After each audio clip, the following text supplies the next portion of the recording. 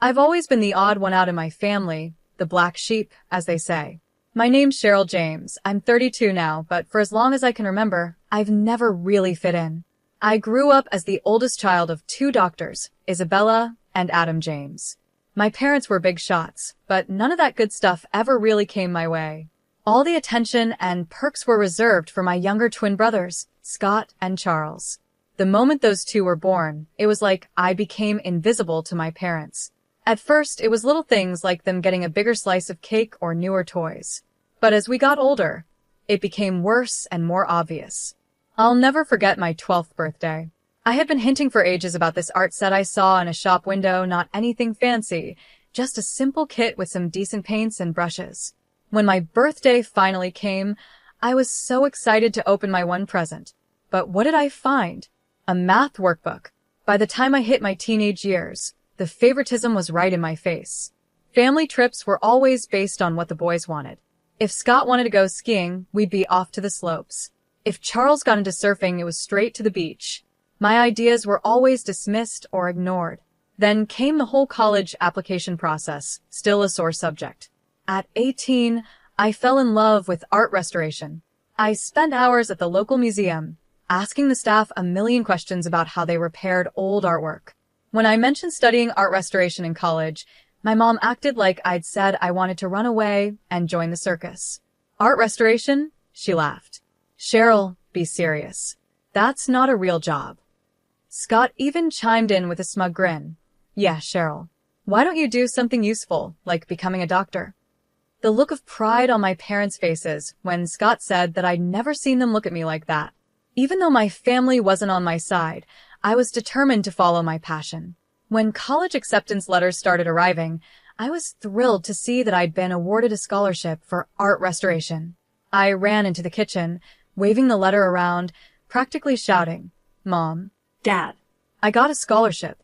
My mom barely glanced up from her medical journal. That's nice, honey, she said. Did you hear the boys got perfect scores on their SATs?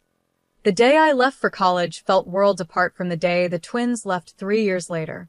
I packed up my old laptop and my clothes from the thrift store, getting ready to catch the bus to my not-so-fancy state school. My parents were too busy with their work to even give me a ride to the bus station. But there was one person who always saw me for who I was, my grandma, Julie.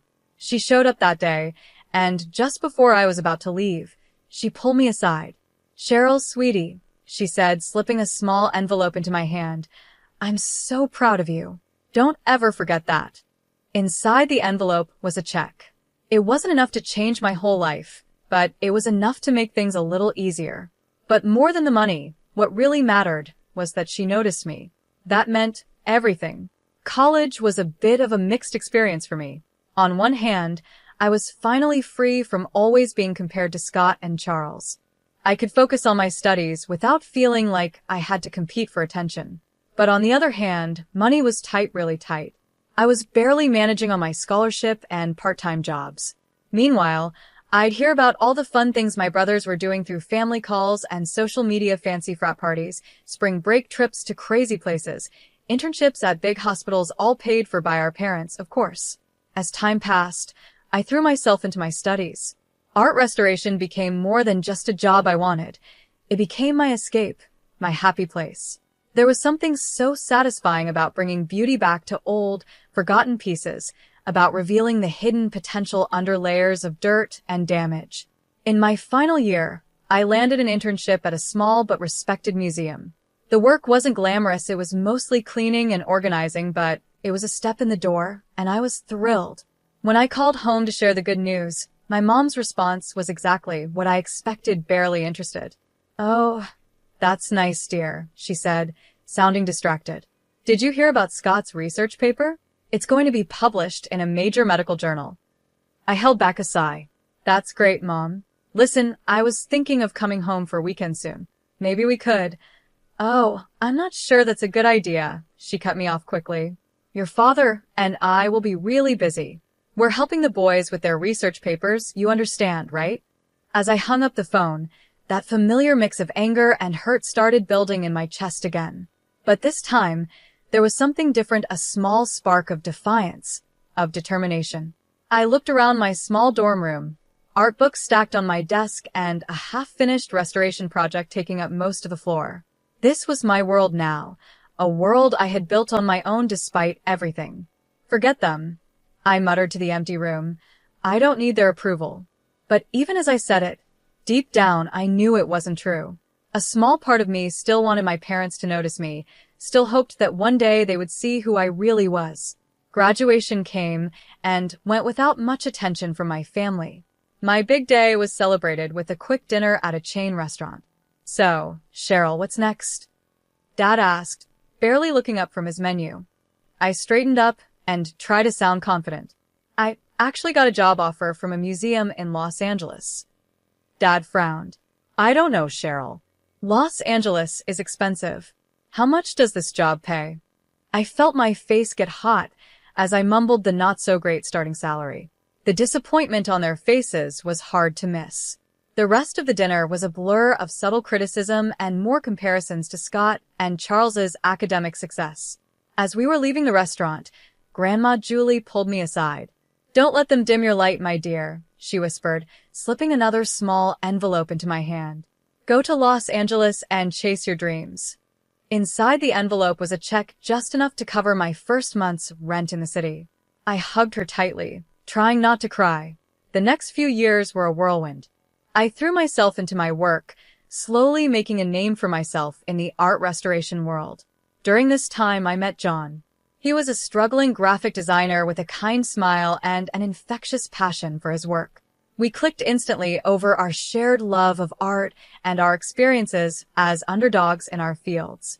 After dating for a while, I decided it was time for John to meet my family. From the moment we sat down, it was clear my parents had other plans. They fired question after question at John, each one more intense than the last.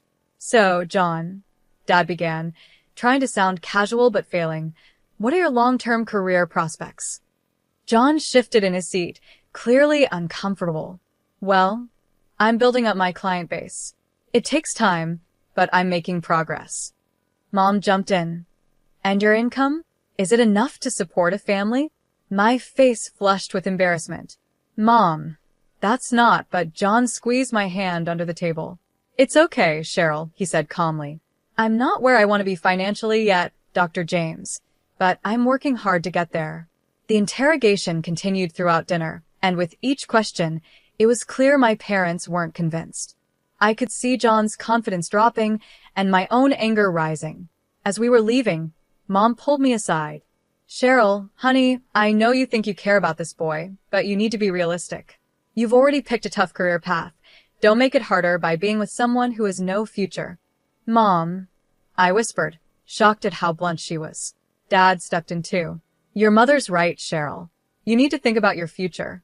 John seems nice, but is he really good enough for you? You could do so much better. I stood there, speechless, as all the frustration I had bottled up for years nearly boiled over. How dare they judge John? How dare they dismiss my choices once again? As John and I started planning our wedding, reality hit us hard. Our savings were pretty small, barely enough for a simple ceremony. One night, after staring at budget spreadsheets for hours, I decided to ask my parents for help.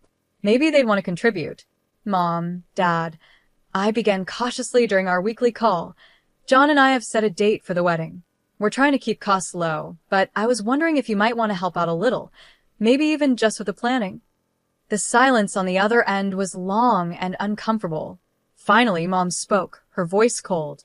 Cheryl, you're an adult now. If you've chosen to marry this person, you need to handle the consequences yourself. I hung up, feeling awful but not really surprised. Once again, Grandma Julie stepped in to save the day. When I told her about the situation, she didn't hesitate. My dear, she said warmly over the phone, I may not be able to give you the wedding of your dreams, but I want to help make your day special. She sent some money, and while it wasn't much, it made a big difference in our plans.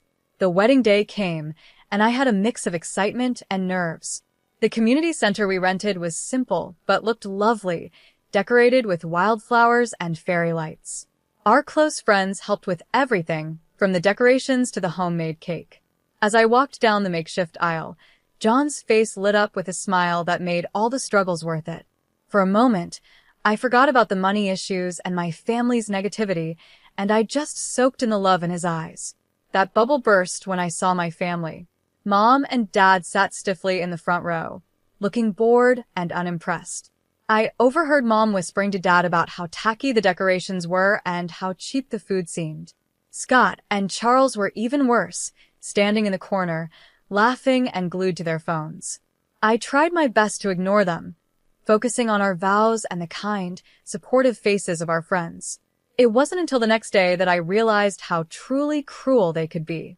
When I woke up, my phone was blowing up with notifications.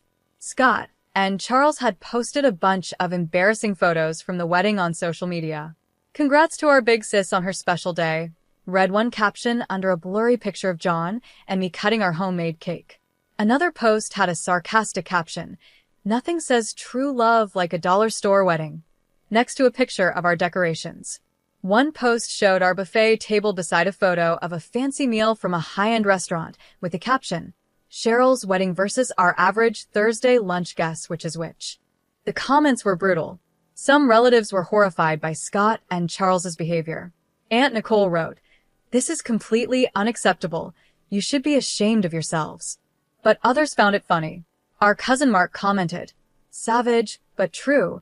That wedding looked like a homeless convention." Reading through the comments made me feel sick, but what hurt the most was seeing my parents' responses. Instead of scolding their sons, they were encouraging them. Mom had commented, "Boys will be boys. It's just a bit of harmless fun." I didn't call them or demand an apology. I just decided to cut them out of my life for a while. 5 months after the wedding, it was time for the annual James family reunion. Even though I had my doubts, John thought we should go, hoping it might be a chance to clear the air. We couldn't have been more wrong. The tension was so thick you could feel it. I kept it together for the first hour, making polite conversation and avoiding my immediate family as much as possible. But then I overheard Scott bragging about his latest luxury vacation, paid for by our parents, of course. Something inside me snapped. "Must be nice," I said, loud enough for everyone to hear, "to have Mom and Dad pay for your entire life." The room went silent. Scott stared at me, speechless. "What's that supposed to mean?" he finally asked. "You know exactly what it means," I replied, all the frustration I had buried for years boiling over. "You and Charles get everything handed to you on a silver platter, while I've had to fight for every bit of recognition or support." Mom stepped forward, her face red with anger. "Now, Cheryl, you're being ridiculous. We've always treated you kids equally." I let out a bitter laugh. "Equal? Are you serious? Let's talk about equal," I said, counting on my fingers. Private school tuition for the boys, public school for me. Brand new cars for their 17th birthdays, nothing for mine. And the grand finale $700,000 for their Ivy League educations while I had to scrape by on scholarships and loans. The room was so silent you could hear a pin drop. Everyone was staring, watching our family's dirty laundry being aired out in front of everyone. Mom's voice was cold when she finally spoke. "If you're so obsessed with money, Cheryl, maybe you should have married someone rich instead of your poor husband." Her words hit me like a slap. John, who had been quietly supporting me the whole time, stiffened beside me. "How dare you?" I whispered, feeling tears in my eyes. "John is worth 10 of you. He loves me for who I am, not for how I can make him look to his country club friends." The reunion spiraled into chaos. Everyone started yelling, dragging up old grudges, years of anger spilling out. In the middle of it all, a strong voice rose above the noise. "Enough!" Everyone turned to see Grandma Julie standing up. Her normally kind face looked stern and angry. "I've watched this family fall apart for years, and I won't stand for it anymore," she said firmly. "Isabella, Adam, your treatment of Cheryl has been shameful. And you boys," she added, turning to Scott and Charles, "your cruelty toward your sister is unforgivable." The room went silent again, but Mom, never one to back down, spat out, "Mother, you don't understand.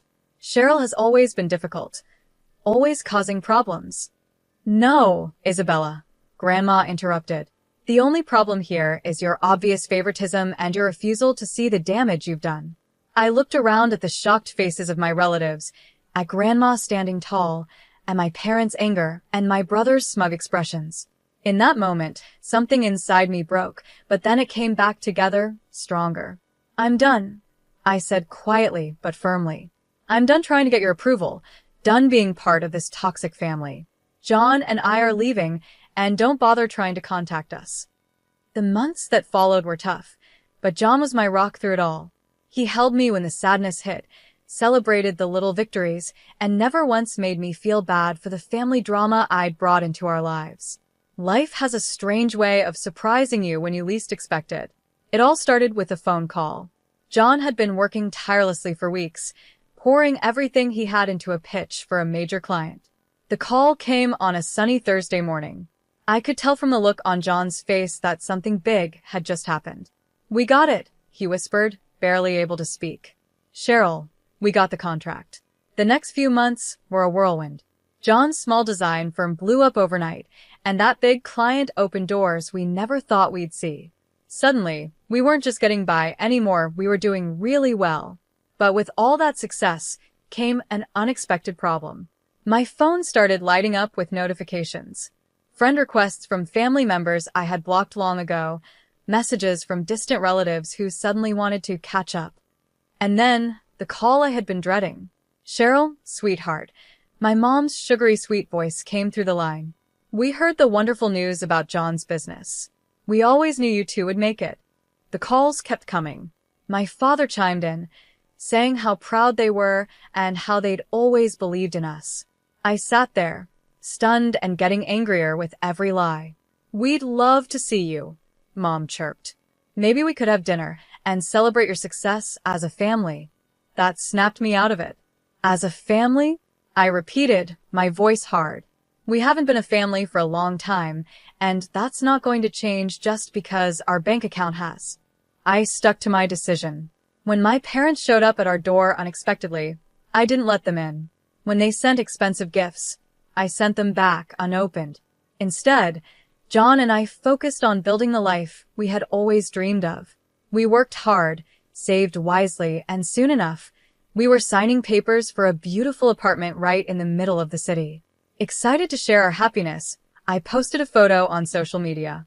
It was a simple shot, John and I, holding the keys, standing in front of our new home. Next to it was a picture from our most recent visit with Grandma Julie, her proud smile shining for the camera. I captioned it, "New beginnings and old love. Grateful for those who've been there through it all." As I hit post, I felt a weight lift off my shoulders. This was my family now, John, Grandma Julie, and the friends who had stuck with us through thick and thin. We had built this life ourselves, despite all the challenges, and despite the people who said we couldn't do it. The soft evening light poured through the windows of our new apartment as I worked in the kitchen, getting dinner ready for John and Grandma Julie. It was our first real family dinner in the new place, and I wanted everything to be perfect. Suddenly, there was a loud, aggressive pounding on the front door that shattered the peace. "Cheryl, open up. We know you're in there." My blood ran cold. I recognized those voices anywhere, Scott and Charles. Before I could react, the door burst open, and my brothers stormed in, their faces twisted with anger. I barely had time to see John jump to his feet before Scott was in my face, jabbing his finger at my chest. "You manipulative little," he snarled. "We always knew you were playing the long game, but this is low, even for you." I stumbled back, shocked by the venom in his voice. "What are you talking about?" I asked. Charles laughed, a harsh, mean sound. "Don't play dumb, Cheryl. We saw your little social media post, showing off your new apartment, posing with Grandma. You think we can't figure it out?" It hit me what they were accusing me of. "You think Grandma bought us this apartment?" "We know she did," Scott spat. "You've been playing the poor, neglected child for years, worming your way into her good graces. Now you've tricked her into making you the sole heir." Anger surged through me, and I stood taller. "You have no idea what you're talking about. John and I bought this apartment with our own money we worked hard for." Charles sneered, his eyes darting around the room. "Right, sure you did. Where's the old bat anyway? Hiding her, so we can't talk some sense into her?" "She should be in a cemetery by now." "I can't wait for her to kick the bucket, so I can sell her house and live it up." The room went deadly silent. For a second, I thought I had imagined those awful words. Then a quiet voice came from the doorway of the guest room. "So, this is how you really feel about me?" All heads turned to see Grandma Julie standing there, her face a mix of shock and disappointment. The color drained from Scott and Charles's faces as they realized she had heard everything. "Grandma," Scott stammered. "We didn't mean." Julie raised her hand, stopping him. "I've heard enough," she said, her voice calm but firm. "Now I understand who truly values me and who sees me as just a meal ticket." Her words gave me the strength to speak. "I think you both need to leave now." For a moment, it looked like they might argue, but one look at Grandma's hurt yet resolute face made them back down. They slunk toward the door, muttering weak excuses. The aftermath of that evening hit like a storm. My phone wouldn't stop buzzing, filled with calls and messages. Each one reminded me of the mess that had blown up. Mom's name flashed on the screen for what felt like the 100th time, and against my better judgment, I considered answering. I answered the call. "Cheryl." Mom's voice was sharp, not sounding like a mother at all. "You need to fix this. Your grandmother is furious with the boys. You need to smooth things over and tell her it was all a misunderstanding." I let out a bitter laugh. A misunderstanding? They broke into my home and said they couldn't wait for her to die so they could sell her house. How is that a misunderstanding? They didn't mean it. Dad jumped in, clearly on speakerphone. "You know how the boys can be, they were just upset." "Upset about what?" I challenged. "That John and I bought an apartment with our own money? That Grandma loves me." Mom's voice turned sweet, but fake. "Sweetheart, we know you've always felt left out, but you need to think about what's best for the family. Your brothers deserve that inheritance. Don't be selfish." Something inside me snapped. Years of frustration and pain boiled over. Selfish? You're calling me selfish? After years of favoritism, ignoring my achievements, and treating John and me like we don't matter? Now, you have the nerve to ask me to give up an inheritance I never even asked for. "Cheryl, now hold on," Dad began, but I cut him off. "No, I'm done. I'm done with the guilt trips, the manipulation, all of it. Don't call me, don't text me, and don't come to my door. We're through." Over the next few days, I blocked their numbers, along with Scott and Charles's. It was painful, like cutting off something rotten, but it was necessary for my healing to begin. As the dust settled, I found myself surrounded by a different kind of warmth. Grandma Julie, now fully aware of the family dynamics she had long suspected, became an even bigger part of our lives. Aunt Nicole, who had reached out after the wedding mess, became a regular visitor. "I always knew you were special, Cheryl," she said, hugging me tightly. "I'm sorry I didn't stand up for you sooner." Other relatives, cousins, distant aunts, and uncles who had seen how my family mistreated me over the years sent messages of support. It felt like a veil had been lifted, allowing real relationships to grow where before there had only been obligation. John's family, bless them, surrounded me with unconditional love. His parents, who had watched from the sidelines as my own family tore me down, went out of their way to make me feel cherished. John and I poured ourselves into making our new apartment a home. Every piece of furniture, every photo on the wall was a symbol of the life we were building together, a life built on mutual respect, support, and love.